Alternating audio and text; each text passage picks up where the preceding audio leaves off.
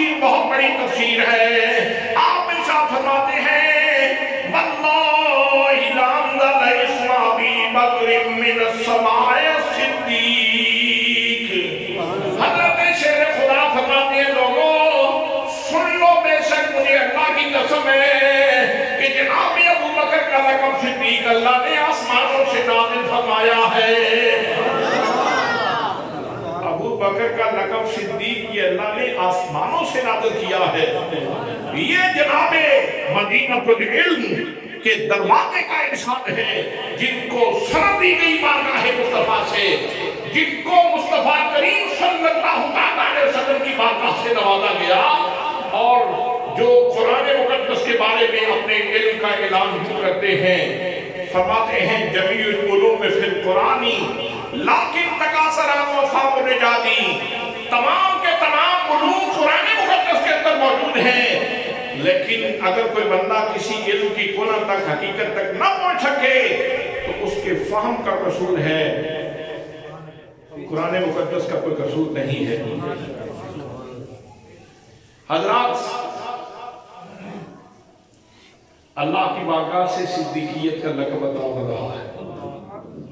بارگاہ نبوت سے, بارگاہ رسالت سے حضرت ابو بکر کو صدیق کا لقب عطا ہو رہا ہے. سبحان اللہ. اور حضرت علی المرتضیٰ رضی اللہ تعالیٰ عنہ قسم اٹھا کے ارشاد فرماتے ہیں کہ اللہ نے حضرت ابو بکر کا لقب صدیق آسمانوں سے نازل کیا ہے, آسمانوں سے نازل کیا ہے. اور پھر آئیے میں آپ کو لیے چلتا ہوں حضرت سیدہ فاطمہ زہرا سلام اللہ علیہا کے ایک اور نعمت کی طرف, ایک اور فرزند ارجمند کی بارگاہ میں لیے چلتا ہوں جو حضرت امام زین العابدین کے لخت جگر ہیں, پورے نظر ہیں, جن کا نام امام محمد باقر رضی اللہ تعالیٰ عنہ ہے. نام محمد تھا, لقب باقر تھا, اور باقر کا معنی ہوتا ہے جو گہرائیوں میں جا کے علم کے موتی لے کے آتا ہے, جو بہت گہرائی تک سفر کرے اور کسی چیز کی حقیقت کو بیان کرتے اس کو باقر کہا جاتا ہے. اور یہ خانوادہ اہل بیت کے چشم و چراغ ہیں. امام زین العابدین کے فرزند ارجمند ہیں اور امام جعفر صادق رضی اللہ تعالیٰ عنہ کے والد گرامی ہیں. آپ تشریف فرما ہے, ایک بندہ حاضر ہوا, آ کے کہنے لگا امام عالی مقام میں ایک مسئلہ پوچھنا چاہتا ہوں. اور میں پوچھو کیا مسئلہ پوچھنا چاہتے ہو, کیا پوچھنا چاہتے ہو؟ عرض کرنے لگا حضور والا پوچھنا یہ چاہتا ہوں کہ تلوار کے دستے کے اوپر چاندی چڑھانا جائز ہے یا نہیں جائز؟ شریعت کا اس بارے میں کیا حکم ہے؟ اسلام کا اس بارے میں کیا حکم ہے؟ آپ نے کہا ہاں, چاندی کا دستہ بنوانا, تلوار کے دستے کے اوپر چاندی چڑھانا جائز ہے, اس لیے کہ حضرت ابو بکر صدیق رضی اللہ تعالیٰ عنہ کی تلوار کے اوپر چاندی کا دستہ موجود تھا. امام باقر رضی اللہ تعالیٰ عنہ خانوادہ اہل بیت کے چشم و چراغ ہو کر اور صدیق کی عظمتوں کے جاننے والے کی حیثیت سے ارشاد فرما رہے ہیں کہ لوگوں صدیق عام بندہ نہیں ہے. ابو بکر کو عام لوگوں کے ترازو میں رکھ کے مت تولو. ابو بکر کے بارے میں مت کوئی بندہ گستاخی کرے. ابو بکر وہ شخصیت ہے کہ جن کا عمل اسلام میں حجت کی حیثیت رکھتا ہے, دلیل کی حیثیت رکھتا ہے. جناب حضرت امام باقر رضی اللہ تعالیٰ عنہ, ابو بکر صدیق رضی اللہ تعالیٰ عنہ کا عمل سند کے طور پہ پیش کر رہے ہیں کہ تلوار کے دستے کے اوپر چاندی چڑھانا جائز ہے, اس لیے کہ حضرت ابو بکر صدیق کی تلوار کے اوپر چاندی کا دستہ موجود تھا. کہیں سبحان اللہ, سبحان اللہ. تو جس بندے نے پوچھا اس کے اندر کوئی رفض کے جراثیم موجود تھے, اس کے اندر روافض کے جراثیم موجود تھے, تو وہ کہنے لگا اچھا آپ بھی ان کو صدیق کہتے ہیں؟ اندر کی پلیدی نکلی. صدیق کہتے ہو؟ روایت کے الفاظ ہیں فوسب وسبتن، پہلے امام باقر ٹیک لگا کے بیٹھے ہوئے تھے، پھر آپ نے جھٹکا دیا اور سیدھے ہو کے بیٹھ گئے اور غصے میں ارشاد فرمانے لگے نام صدیق، نام صدیق، نام صدیق، فمن لم یقل له الصدیق فلا صدق اللہ فی الدنیا ولا فی الآخرہ۔ امام باقر رضی اللہ تعالیٰ کو فرماتے ہیں ہاں وہ صدیق ہے، ہاں وہ صدیق ہے، ہاں وہ صدیق ہے، اور جو ان کو صدیق نہیں کہتا اللہ سے دنیا میں بھی جھوٹا کرے، اللہ کریم اس کو آخرت میں بھی جھوٹا کرے۔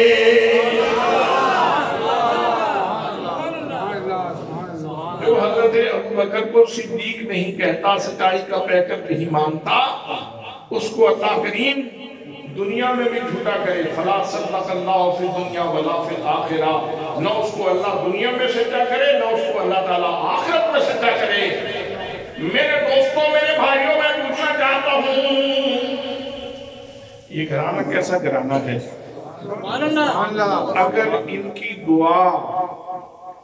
اگر ان کی دعا کسی کی کشتی کو ساحل مراد پہ پہنچا سکتی ہے تو ان کی بدعا کسی کو نامراد بھی کر سکتی ہے۔ ان کی بدعا کسی کا بیڑا غرق بھی کر سکتی ہے۔ یہ عام ہستی نہیں ہے، یہ جناب غوث اعظم رضی اللہ تعالیٰ عنہ کے بھی جد امجد کی حیثیت رکھتے ہیں۔ غوث اعظم بھی ان کی اولاد میں سے ہیں، خواجہ معین الدین چشتی میری بھی ان کی اولاد میں سے ہیں، خواجہ نظام الدین اولیاء دہلوی بھی ان کی جو ہے وہ اولاد میں سے ہیں۔ اگر ان کی اولاد میں اتنے مستجاب لوگ پیدا ہوئے تو ان کی اپنی شان اور مقام کیا ہوگا؟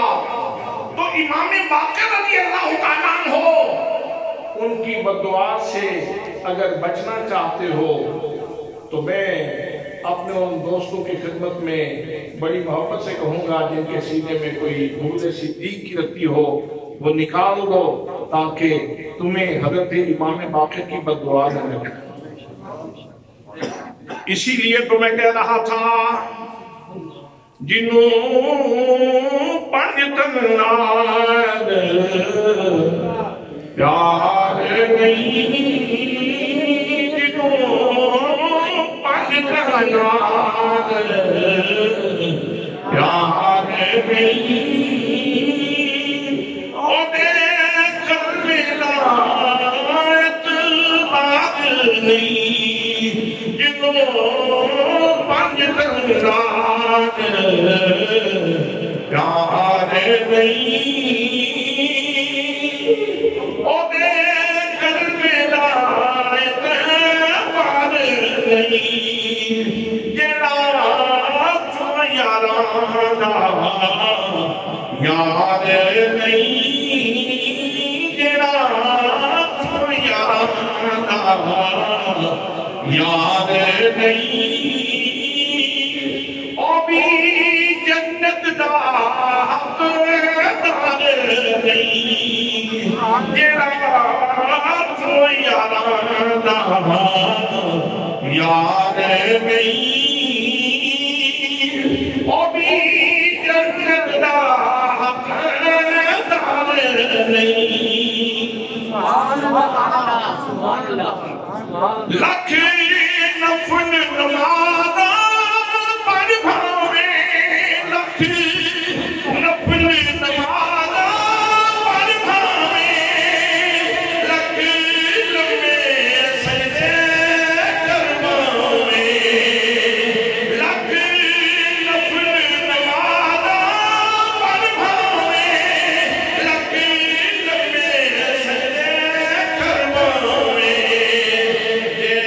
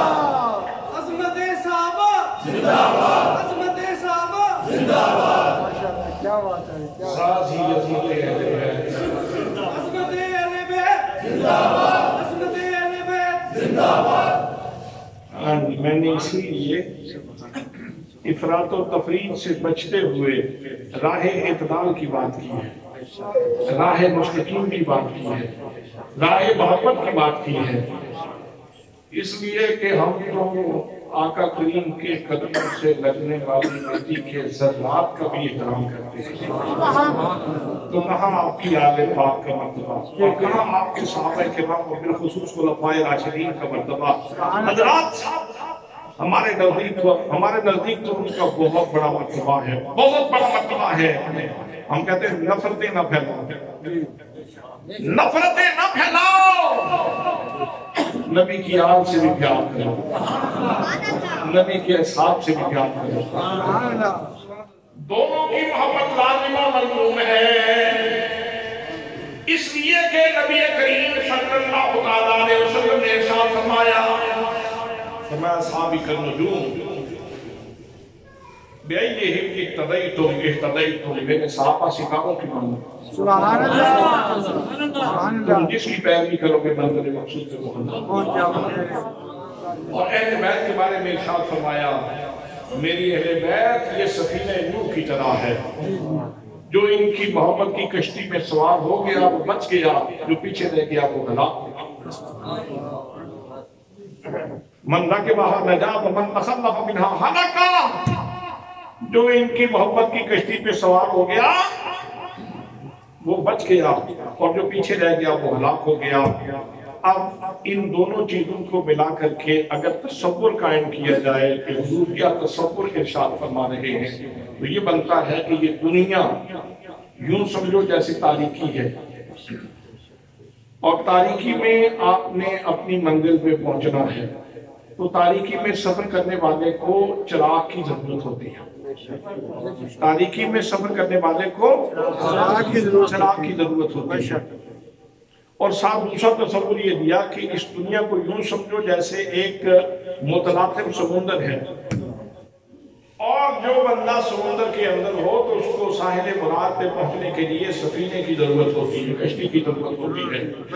تو اب رات کا عالم بھی ہے، اور ساتھ ہی ساتھ ہم دنیا کے اس متلاطم سمندر کے اندر بھی موجود ہیں۔ اگر ستاروں سے کشمکشی کی جائے اور ان کی روشنی سے استفادہ نہ کیا جائے تو کشتی لے کے پتہ نہیں کہاں کہاں پھرتے رہیں گے تو کنارہ نظر ہی نہیں آئے گا، اور ساحل مراد پہ نہیں پہنچ پائیں گے۔ اور اگر روشنی تو موجود ہو لیکن کشتی نہ ہو تو پھر غوطے کھائیں گے اور بالآخر ہلاک ہو جائیں گے۔ تو حضرات محترم کتنی خوبصورتی کے ساتھ، کتنا خوبصورت ارشاد ہے پاک نبی صلی اللہ علیہ وسلم کا کہ نشان منزل بتا دیا، نشان منزل بتا دیا کہ اگر ساحل مراد پہ پہنچنا چاہتے ہو تو نہ روشنی کا انکار کرو نہ سفینے کا، روشنی سے استفادہ کرو اور محبت اہل بیت کی کشتی پہ سوار ہو جاؤ تو منزل پہ پہنچ جاؤ گے۔ اور منزل کہاں ہے؟ منزل کہاں ہے؟ منزل یہ ہے کہ جب تیری موت آئے تو اس وقت تیرا رب بھی تیرے اوپر راضی ہو، تیرا رسول بھی تیرے اوپر راضی ہو۔ دوستان محترم یہ منزل ہے کہ ہم اس دنیا سے کامیابی کے ساتھ اللہ کریم کی بارگاہ میں چلے جائیں تو سینے میں بغض اہل بیت بھی اللہ کو قبول نہیں ہے، سینے میں بغض صحابہ بھی اللہ کو قبول نہیں ہے۔ اگر اللہ کی بارگاہ میں بامراد ہونا چاہتے ہو، کامیاب ہونا چاہتے ہو تو یاد رکھنا با ادب با نصیب، بے ادب بے نصیب۔ اللہ کریم کی بارگاہ میں کامیابی کے ساتھ جانا چاہتے ہو تو دل میں محبت اہل بیت بھی ہونی چاہیے، محبت دل میں صحابہ کرام کی محبت بھی ہونی چاہیے۔ اور حضرت سیدنا صدیق اکبر رضی اللہ تعالیٰ عنہ کے حوالے سے میں عرض کر رہا تھا کہ آپ کو اللہ کریم نے جو منصب، جو مقام اور مرتبہ عطا فرمایا ہے، ہم تو صرف بیان کرنے والے ہیں، عطا تو اللہ پاک نے فرمایا ہے۔ میرے آقا نے حجۃ الوداع کے موقع پہ جب انسانی حقوق کا چارٹر عطا فرمایا تو جتنے امتیازات تھے، لسانی امتیازات، علاقائی امتیازات، نسبی امتیازات، جتنے امتیازات تھے نبی کریم صلی اللہ علیہ وسلم نے ختم کر دیے، اور صحابہ کرام کے عظیم الشان اتباع میں نبی پاک صلی اللہ علیہ وسلم نے ارشاد فرمایا، لوگوں سن لو، آج کے بعد کسی گورے کو کسی کالے کے اوپر کوئی فضیلت نہیں ہے، کسی عربی کو کسی اجمی کے اوپر کوئی فضیلت نہیں ہے، تمام امتیازات میں مٹا رہا ہوں، لیکن لوگوں یاد رکھو وجہ فخر ایک ہے، وجہ امتیاز ایک ہے، وجہ کرامت و بزرگی ایک ہے، اور وہ سن لو، دھیان سے سن لو، اللہ کریم کا ارشاد ہے، فرمایا ان اکرمکم عند اللہ اتقاکم، فرمایا تم میں سے سب سے زیادہ فضیلت والا وہ ہے جس کو اللہ کریم نے تقوی کی دولت سے زیادہ مالا مال کیا ہے۔ بھئی اکرم وہ ہے جو اتقا ہے، جو اتقا ہے وہ اکرم ہے۔ یہ دونوں اس میں تفسیر کے سیغے ہیں، یہ دونوں سیغے اس میں تفسیر کے ہیں۔ اکرم کا معنی ہے سب سے زیادہ عزت والا، سب سے زیادہ عزت والا، سب سے زیادہ عزت والا، اور اتقا کا معنی کیا ہے؟ سب سے زیادہ تقوی والا، سب سے زیادہ، بھئی سب سے زیادہ، تو تقوی یہ ایسا نور ہے جو حضور صلی اللہ علیہ وسلم کے توسط سے، حضور کے وسیلے سے تمام صحابہ کرام کو عطا ہوا ہے۔ سبھی صحابہ کرام تقوی کے نور سے آراستہ ہیں، ان کو اللہ کریم نے اس دولت سے نوازا ہے، اور ہم کسی پیمانے میں، کسی میزان کے اوپر، کسی ترازو کے اوپر ان کے تقوی کو تول نہیں سکتے کہ اللہ نے ان کو کتنا تقوی عطا فرمایا ہے۔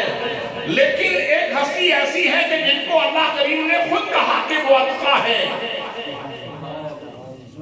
ایک ہستی وہ ہے کہ جن کے بارے میں خود فیصلہ دیا پروردگار نے کہ وہ اتقا ہے۔ جب جناب حضرت صدیق اکبر رضی اللہ تعالیٰ عنہ نے بلال کو آزاد کیا،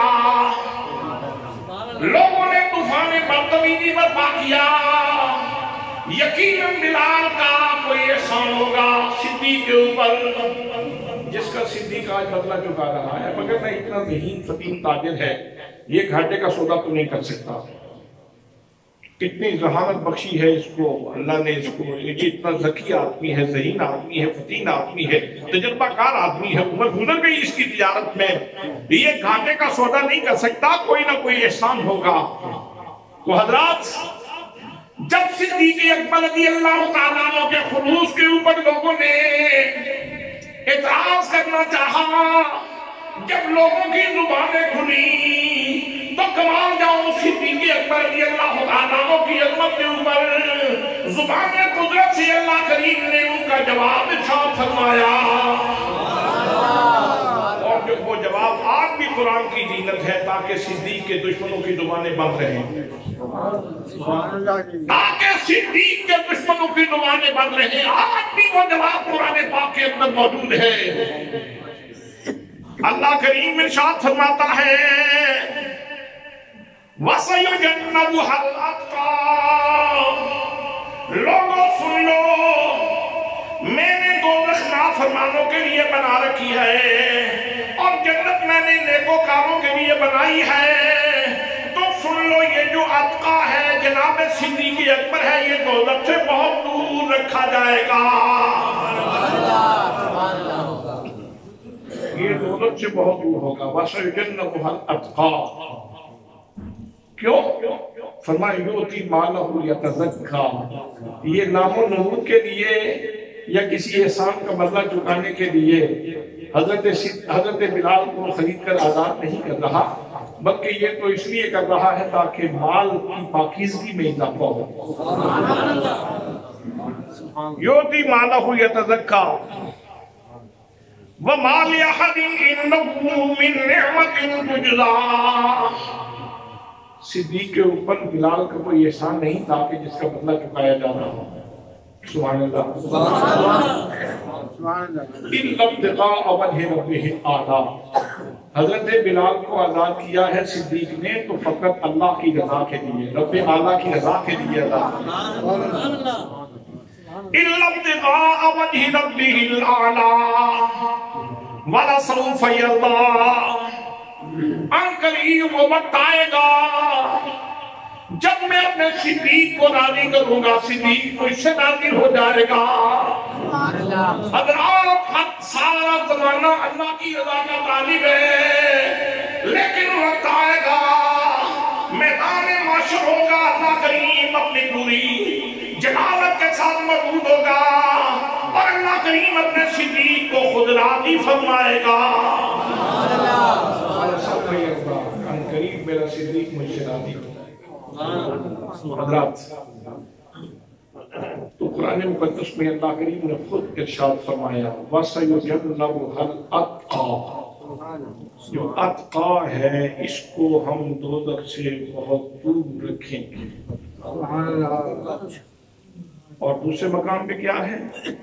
معیار فضیلت بیان کرتے ہوئے ارشاد فرمایا ان اکرمکم عند اللہ اتقاکم، اللہ کے نزدیک فضیلت والا وہ ہے جو اتقا ہے۔ اللہ کے نزدیک لوگ اپنے پاس سے معیار فضیلت گھٹتے رہیں اور بناتے رہیں، یہ لوگوں کے خود ساختہ طمع زاد اور خانہ زاد معیار ہو سکتے ہیں، لیکن جو معیار اللہ نے عطا فرمایا اصل معیار تو وہ ہے۔ تو اللہ فرماتا ہے میرے نزدیک جو معیار ہے نا فضیلت کا، جو میرے نزدیک فضیلت کا معیار ہے وہ یہ ہے جو زیادہ تقوی والا ہے وہ اکرم ہے، وہ فضیلت والا ہے، وہ بزرگی والا ہے۔ اور اتقا کا شرف کس کو عطا ہوا؟ یہ صراحتاً یہ لقب نہ ترجمے کی ضرورت ہے، نہ تشریح کی ضرورت ہے، نہ اس کی کسی تفسیر کی ضرورت ہے۔ سیم وہ لفظ جو قرآن مقدس میں اللہ کریم نے معیار فضیلت کے لیے ایک مقام پہ ساتھ فرمایا، وہی لفظ سیم حضرت صدیق اکبر کے عنہ کے لیے بولا جا رہا ہے۔ حضرات محترم، جب اللہ کریم نے ان کو فضیلت عطا فرما دی ہے، اب کسی مومن کے لیے یہ جائز نہیں ہے، کسی مسلمان کے لیے کہ ان کی فضیلت کا انکار کرے، ان کی فضیلت کا انکار کرے۔ یہی وجہ ہے کہ حضور صلی اللہ تعالیٰ علیہ وسلم کے وصال کے بعد صحابہ کرام نے بڑی خوش دلی سے حضرت صدیق اکبر کو قبول کیا، ان کے پیچھے نمازیں پڑھی، ان کے ہاتھ پہ بیعت کی، اور بیعت کرنے والوں میں مولا کائنات بھی شامل ہیں۔ تو جب سبھی ہستیوں نے ان کو قبول کیا ہے تو آج کے اس الفتن دور میں بعض زبانیں آوارہ ہو چکی ہیں اور حضرت صدیق اکبر کے بارے میں لوگ یاوہ گوئی کر رہے ہیں۔ سو اس حوالے سے میں نے قرآن و حدیث کی روشنی میں یہ چند باتیں آپ کی سماعتوں کی نظر کی ہیں تاکہ یہ سبق ہمیں یاد رہے، یہ سبق ہمیں یاد رہے۔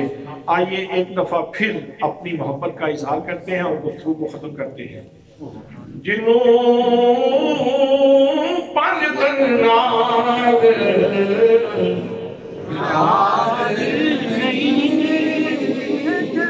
میں دیکھنا چاہ رہا تھا کہ کہیں سردیوں کی وجہ سے آپ کا گلا تو نہیں خراب ہو گیا۔ جنوں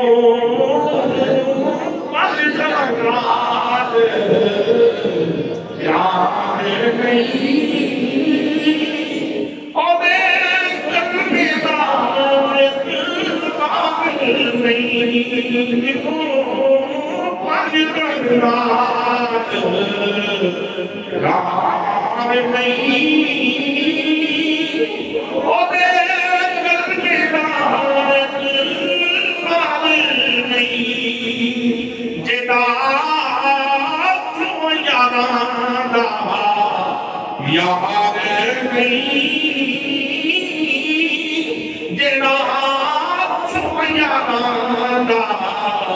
یاد نہیں او بھی جنت دا نہیں جنا یارانا او بھی جنت دا لکھ